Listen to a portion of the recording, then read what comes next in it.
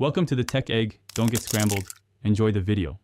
You'll start in Settings, open it now and go straight to Accessibility. Once there, tap Vision to see eye comfort and other warnings. Make sure your device is unlocked and you know your passcode because some options require confirmation.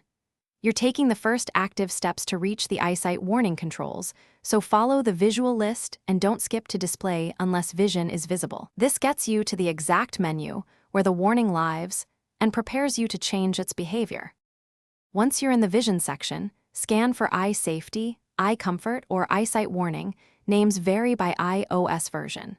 Tap that entry, then toggle the warning off. You'll see a switch that disables the alert. If a confirmation dialog appears, read it and confirm you understand the change, because it affects notifications about screen brightness and blue light.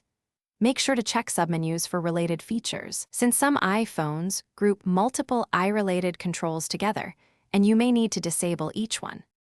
Finish by backing out to Settings to verify the switch remains off, then restart your iPhone so the change fully applies.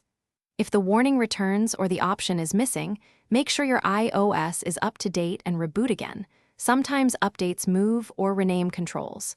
If problems persist, reset accessibility settings and reconfigure only what you need. As a tip, if the toggle won't stick, install the latest iOS and test again before doing a full reset to.